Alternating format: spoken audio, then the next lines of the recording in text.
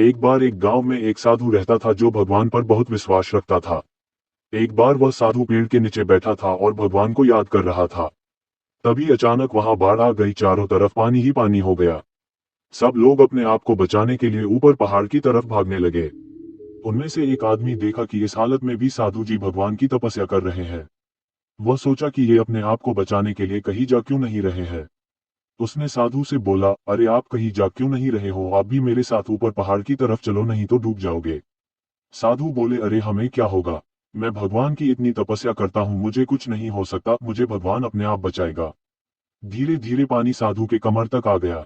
अब लोग वहां से नाव लेकर निकलने लगे तो उनमें से एक ने साधु से कहा, अरे पानी आपके कमर तक आ गया है, आप हमारे साथ चलो। तो साधु ने कहा कि नहीं नहीं, भगवान मुझे अपने आप बचाएगा, और वह नाव वाला भी वहां से निकल गया। कुछ देर बाद पानी इतना बढ़ गया कि साधु के सर तक पहुंच गया और अब लोगों को बचने के लिए हेलीकॉप्टर निकलने लगे।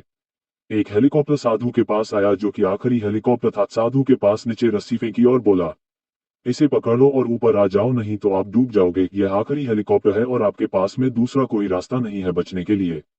साधु ने कहा, ये रस्सी वापस ऊपर खींच लो और आप चले जाओ, मुझे भगवान के ऊपर पूरा भरोसा है, वह मुझे बचा लेगा। पानी काफी ऊपर आ गया, पेड़ डूब गया और साधु की भी डूबने से मौत हो गई। मरने के बाद साधु भगवान के पास गया और बोला, हे भगवान, मैंने पूरी जिंदगी आपकी तपस्या की, मैंने सारा जीवन आपकी आराधना करने में लगा दिया, इतने भरोसे के साथ इंतजार किया कि तुम मुझे बचाने आओगे, लेकिन वहां मेरी डूबकर मौत हो गई और तुम नहीं आए, ऐसा क्यों? भगवान बोले, मूर्ख इंसान, एक नहीं 3 बार आया था, वो तीनों बार में ही तो था, पहला पैदल, दूसरा नाव के द्वारा और तीसरा हेलीकॉप्टर के द्वारा, लेकिन तुमने मेरा एक भी अवसर पहचान नहीं पाए, पता नहीं किसका इंतजार कर रहे थे।